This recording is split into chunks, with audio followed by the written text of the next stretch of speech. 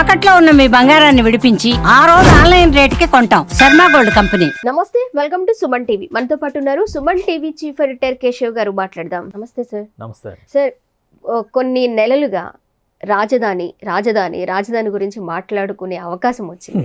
మర్చిపోయిన వాళ్ళంతా మాట్లాడుకుంటున్నారు ఇప్పుడు. అసలు రాజధాని గెజెట్ ఎప్పుడు వచ్చే అవకాశాలు ఉండొచ్చు సార్? చాలా స్పీడ్ గా జరుగుతున్నాయి పనులు కూడా.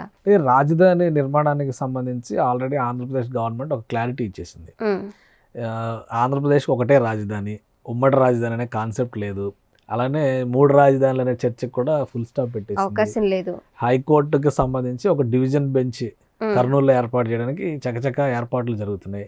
విశాఖనేమో ఐటీ కారిడార్గా ఫార్మా హబ్గా చేసే పనులు కూడా చురుగ్గా సాగుతున్నాయి.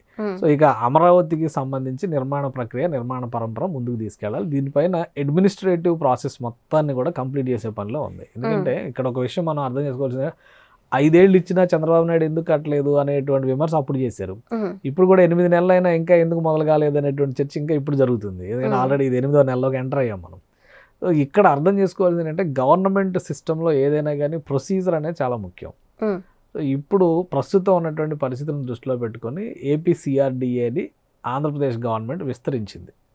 అంటే గతంలో నోటిఫై చేసినటువంటి ఏరియాని కాకుండా అదనంగా అటు పల్నాడు జిల్లాలో కొన్ని గ్రామాలని, ఇటు ఎన్టీఆర్ జిల్లాలో కొన్ని గ్రామాలని, బాపట్ల జిల్లాలో కొన్ని గ్రామాలని కలిపి దాని పరిధిని మరికొంత పెంచేటువంటి ప్రయత్నం చేసింది. ఎందుకంటే 5 ఏళ్ల క్రితం అవసరాలు వేరు, ఇప్పుడు మారినటువంటి స్థితిగతులు వేరు. ఈ రెండింటిని దృష్టిలో పెట్టుకుని వాళ్ళు ఈ విస్తరణ రూపంలో తీసుకున్నారు. ప్లస్ ప్రధానమైనటువంటి అడ్డంకి ఏంటంటే లాస్ట్ టైం కనుక గెజిట్ నోటిఫికేషన్ తీసుకుని ఉంటే హైదరాబాద్ మీద హక్కులను వదిలేసుకునేటువంటి పరిస్థితి వచ్చేది. ఉమ్మడి రాజధాని అనేటువంటి చర్చకి ఫుల్ స్టాప్ పెట్టి ఆంధ్రప్రదేశ్ రాజధాని అమరావతి అని చెప్పాల్సిన పరిస్థితి వచ్చేది. సో అలాంటి స్థితి రాకూడదు కాబట్టి 10 ఏళ్ళు అప్పుడు వెసులుబాటు ఉంది కాబట్టి వెంటనే గెజిట్ పైన ఫోకస్ పెట్టాలి. ఇప్పుడు ఫోకస్ పెట్టినట్టుగా సమాచారం వస్తుంది. సో రాష్ట్ర ప్రభుత్వం అతి త్వరలో, అంటే దాదాపు ఒక 3 నెలల్లో గెజిట్కి సంబంధించినటువంటి ప్రాసెస్. ఎందుకంటే టెండర్ల ప్రక్రియ అంతా కూడా ఫిబ్రవరి మంత్ ఎండింగ్కి ఆల్రెడీ మనకి ఇక్కడ ఎన్నికల కోడ్ నడుస్తుంది. గ్రాడ్యుయేట్స్ ఎలక్షన్స్, టీచర్స్ ఎలక్షన్స్ ఇవి జరుగుతున్నాయి కాబట్టి ఒక ఎన్నికల కోడ్ అమల్లో ఉంది. మార్చి 3 తర్వాత అవన్నీ కూడా కంప్లీట్ అయిపోతాయి. సో మార్చి నెల నుంచి పూర్తి స్థాయిలో అడ్మినిస్ట్రేటివ్ ప్రాసెస్లు అన్నీ కూడా కంప్లీట్ అయ్యి టెండర్స్ ఫైనలైజ్ అయిపోయి ఎవరైతే బిడ్డింగ్ గెలిచారో వాళ్ళ అనౌన్స్మెంట్లు కూడా అయ్యి వాళ్ళు పనులు రెడీ చేసుకుని ఉంటారనమాట. ఇప్పుడు కూడా ఇంటర్నల్ వర్క్స్ జరుగుతున్నాయి. సిఆర్డీఐకి సంబంధించి అంటే అక్కడ ఒక కార్యాలయ భవన నిర్మాణం జరుగుతుంది. ఆల్రెడీ కొన్ని పెండింగ్ వర్క్స్ని చంద్రబాబు నాయుడు గారు అప్పుడు ప్రారంభించారు.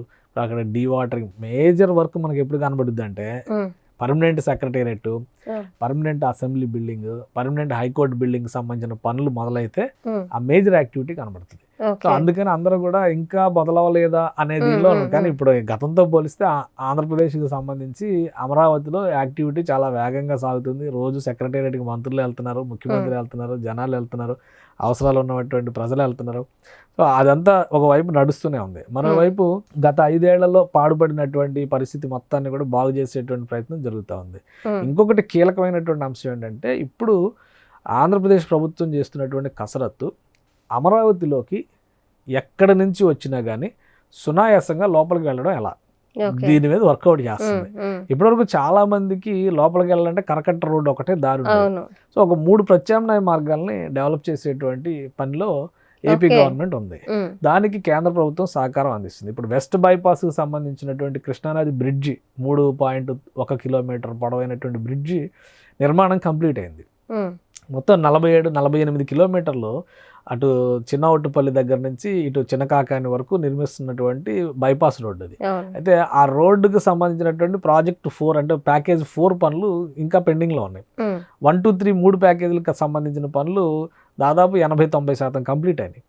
అది కనుక రెడీ అయితే గన్నవరం ఎయిర్పోర్ట్లో దిగినటువంటి డైరెక్ట్ గా కార్పొరేట్స్ కావచ్చు ఎవరైనా కానీ అక్కడ ఎక్కి డైరెక్ట్ గా వెంకటాయపాలెంలో ల్యాండ్ అయ్యే విధంగా, అంటే ఇప్పుడు గతంలో కేటీఆర్ గారు ఒక మాట చెప్పారు, ఎవరొచ్చినా హైదరాబాద్ విజిట్కి ఎవరు వచ్చినా కానీ శంషాబాద్ ఎయిర్పోర్ట్ నుంచి డైరెక్ట్గా పివి నరసింహారావు ఫ్లైఓవర్ మీద నుంచి బేగంపేట తీసుకెళ్ళిపోవచ్చు. కానీ మేము గచ్చిబౌలి మీద నుంచి ఎందుకు తీసుకొస్తామంటే హైదరాబాద్ అందాలని, డెవలపింగ్ ఫేజ్ ఆఫ్ హైదరాబాద్ని చూపించడానికి తీసుకొస్తామని చెప్తారు.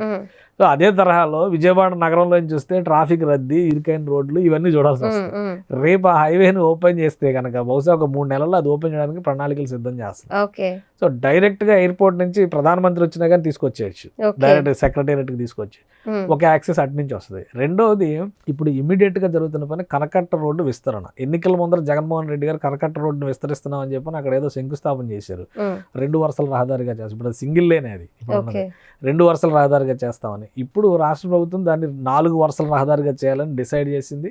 దాన్ని టెండర్లు పిలిచేటువంటి పనికి కూడా అమరావతి డెవలప్మెంట్ కార్పొరేషన్ రెడీ చేస్తుంది. అంటే 4 వరుసల రహదారి కావాలంటే కనుక ఆ చుట్టుపక్కల ఒక 10 ఎకరాల భూమిని సేకరించాలి, కేవలం 10 ఎకరాల భూమి. అందుకనే భూ సమీకరణ పద్ధతిలో చేయాలా, భూసేకరణ పద్ధతిలో చేయాలా అని మున్సిపల్ మినిస్టర్ నారాయణ గారు లోకల్గా ఉన్నటువంటి రైతులతో చర్చలు జరుపుతున్నారు. సో ఇప్పుడు అక్కడ రైతులు కూడా ఎలా ఉన్నారంటే ఈ 5 ఏళ్ళు జరిగిన నష్టానికి వీలైనంత తొందరగా ఈ పనులు మొదలైతే కనుక ఈ ఏరియా డెవలప్మెంట్ జరుగుతుంది, రియల్ ఎస్టేట్ డెవలప్మెంట్ జరుగుతుంది, వాళ్ళ అవసరాలు కూడా విస్తరిస్తాయి, అవకాశాలు కూడా పెరుగుతాయి అనేటువంటి ఆలోచనతో ఉన్నారు. అంటే అది కూడా పెద్ద సమయం పట్టకపోవచ్చు, బహుశా ఒక నెల రోజుల్లో ఆ పనులు కూడా ప్రారంభిస్తారు. అంటే అటు నుంచి విజయవాడ నుంచి ప్రకాశం బ్యారేజ్ దగ్గర నుంచి 4 వరుసల రహదారిలో మీరు అమరావతి నగరంలోకి వెళ్ళేటువంటి అవకాశం ఏర్పడుతుంది. ఇది ఒకటి. ఇంకొకటి ఏంటంటే పేరేచెర్ల వాటర్వేకి సంబంధించినటువంటి నేషనల్ హైవేగా దాన్ని విస్తరించడానికి సంబంధించి పల్నాడు ఏరియా నుంచి మొదలయ్యేటువంటి జాతీయ రహదారి కింద దాన్ని ఐడెంటిఫై చేయాలని కేంద్ర ప్రభుత్వాన్ని విజ్ఞప్తి చేశారు. కేంద్ర ప్రభుత్వం కూడా పాజిటివ్గా స్పందించింది. ఆ రహదారి అయితే కనుక ఇప్పుడు నకరేకల్ రూట్లో నెల్లూరు వైపు వెళ్ళేటువంటి రూట్ ఉంటుంది కదా హైదరాబాద్ నుంచి, సో అటువైపు నుంచి వెళ్ళే వాళ్ళు కూడా నేరుగా అటు అమరావతిలోకి వెళ్ళడానికి కావాల్సినటువంటి 4 లేన్ రహదారి అక్కడ వస్తుంది. సో ఒక యాక్సెసిబిలిటీని అమరావతి చుట్టూ తీసుకొచ్చేటువంటి ప్రయత్నం ఆంధ్రప్రదేశ్ ప్రభుత్వం చేస్తుంది. వీటితో పాటు ఔటర్ రింగ్ రోడ్డు ప్రాజెక్టు వీటిపైన కూడా వర్క్ చేస్తారు. అవి కొద్దిగా లాంగ్ టైమ్ ప్రాజెక్ట్స్ అనమాట. ఇవి కొంచెం తొందరగా వేగంగా అవడానికి 1-2 ఏళ్లలో కంప్లీట్ చేయడానికి అవకాశం ఉండేటువంటి ప్రాజెక్టులు. ఒక యాక్సెసిబిలిటీని తీసుకొచ్చిన తర్వాత ఈ కన్స్ట్రక్షన్ యాక్టివిటీ మొదలైన తర్వాత అమరావతికి ఒక రూపురేఖలు వస్తాయి. సో ఆ దశలో గెజిట్ నోటిఫికేషన్ ఇస్తే, ఎందుకంటే ఒకసారి నోటిఫికేషన్ ఇచ్చేసిన తర్వాత రాజధాని పరిధుల్ని దాని ఇంక్లూడింగ్ పిన్ కోడ్తో సహా అన్ని డిసైడ్ చేయడానికి స్కోప్ ఉంటుంది ఆ నోటిఫికేషన్ వస్తే. కాబట్టి అందులో ఒక్కసారి డిసైడ్ చేసిన తర్వాత మార్పులు చేర్పులకు అవకాశం ఉంది. ఇది ఒక రకంగా రాష్ట్రపతి ఉత్తర్వుల ద్వారా వచ్చేటువంటి నోటిఫికేషన్. అందుకని కొంత సమయం తీసుకుని దానికి రూపురేఖలు అన్నింటిని కూడా తీర్చిదిద్ది అమరావతికి రాకపోకలు సులువుగా జరిగేలాగా మార్గాలను విస్తరించి పనులను మొదలుపెట్టిన తర్వాత రాష్ట్ర ప్రభుత్వం ఈ నోటిఫికేషన్ తీసుకొచ్చేటువంటి ప్రయత్నాల్లో ఉన్నట్టుగా సమాచారం ఉంది. ఎందుకంటే కేంద్రంతో కూడా ఈ విషయంలో సమన్వయం జరుగుతుంది. ఇప్పుడు ఫుల్ బడ్జెట్ పెడుతున్నారు. అలానే కేంద్ర ప్రభుత్వం కొన్ని స్కీమ్స్ ఇచ్చింది. స్మార్ట్ పథకాలకు సంబంధించి కూడా అమరావతికి ఫండింగ్ చేయడానికి రెడీగా ఉంది.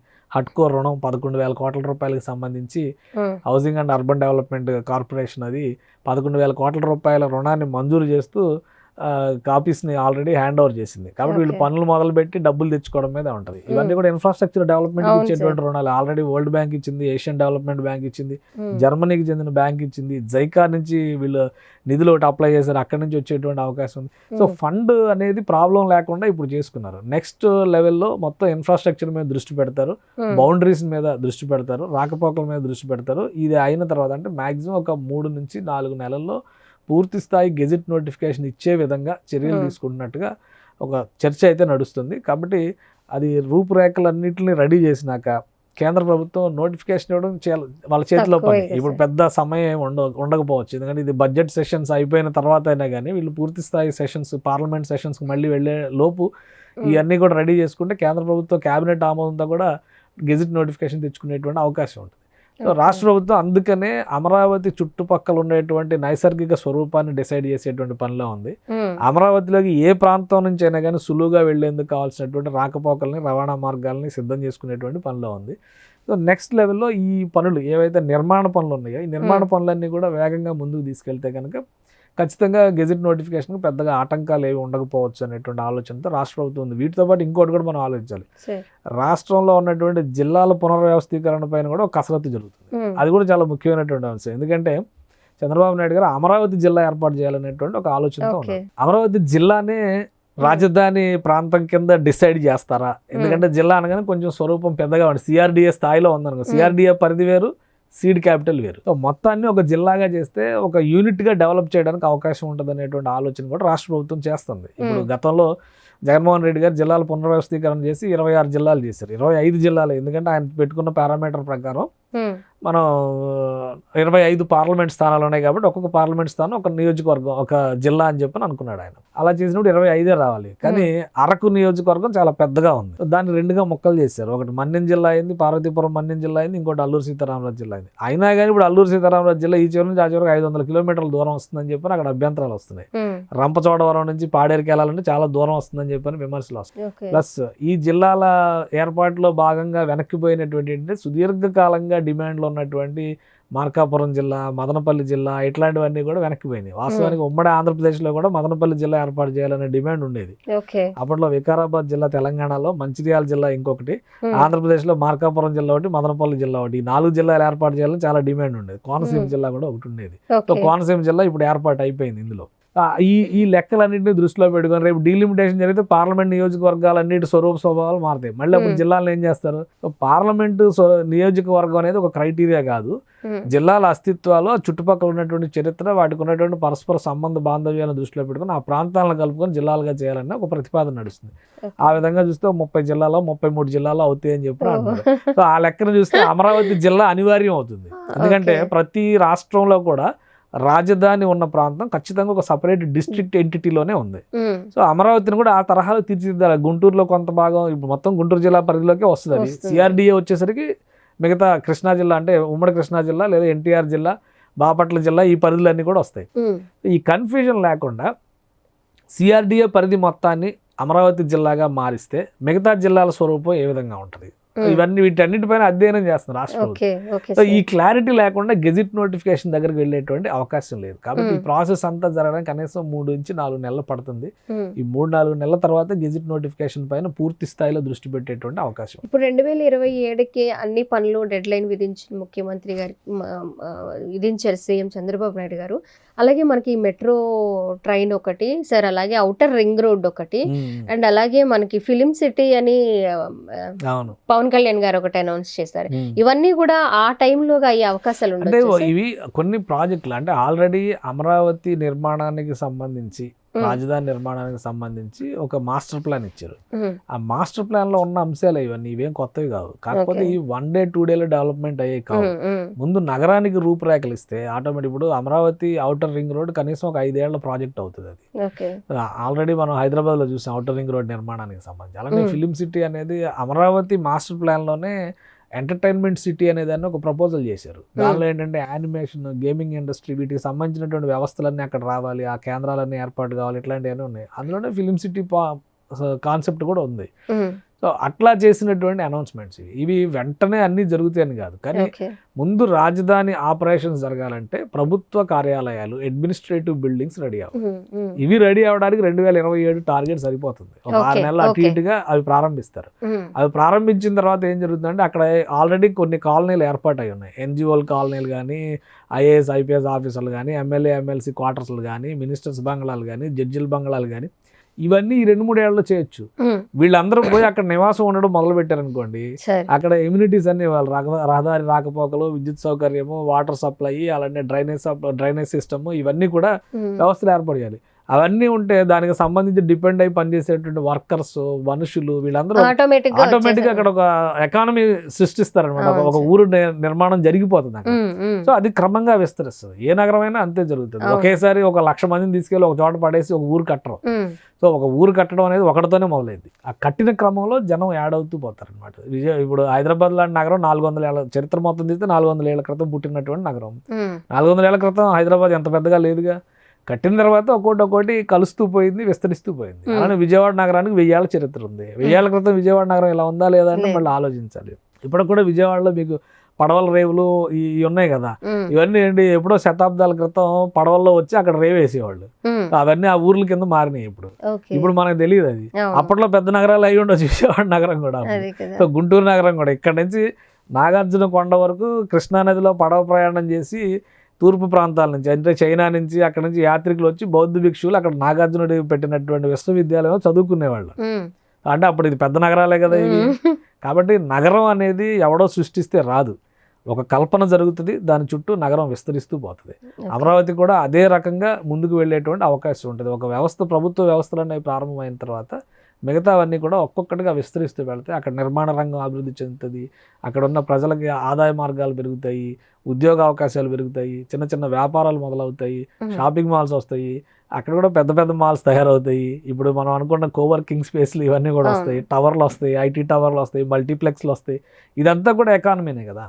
సో వాటిని దృష్టిలో పెట్టుకుని చేసినటువంటి ప్రణాళిక. అంత సమగ్ర స్వరూపం రావాలంటే ఇంకో 10 ఏళ్ళు పట్టొచ్చు. ఎగ్జాంపుల్ మన కళ్ళ ముందర కనిపిస్తున్న హైటెక్ సిటీ గచ్చిబౌలి ప్రాంతంలో 2000 సంవత్సరం, ఎందుకంటే 98లో అది ఓపెన్ అయింది. 3 ఏళ్ల తర్వాత వెళ్ళిన వాడు కూడా ఇక్కడ ఎందుకు కట్టుకున్నారనే మాట్లాడారు.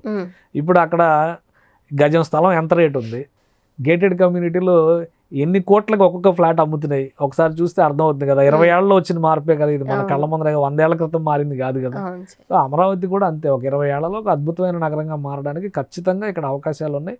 ఎకానమీలో ఆ అవకాశాలు, ఆ మార్గాలు ఉన్నాయి. మానవ వనరుల్లో కూడా ఆ పరిణితి ఉంది, ఆ మేధస్సు ఉంది. అందుకని అమరావతి ఖచ్చితంగా నంబర్ 1 క్యాపిటల్ అవడానికి కూడా అవకాశం. Thank you. సుమన్ టీవీలో మీ పర్సనల్ అండ్ బిజినెస్ ప్రమోషన్స్ కోసం కింది నెంబర్కి కాంటాక్ట్ చేయండి.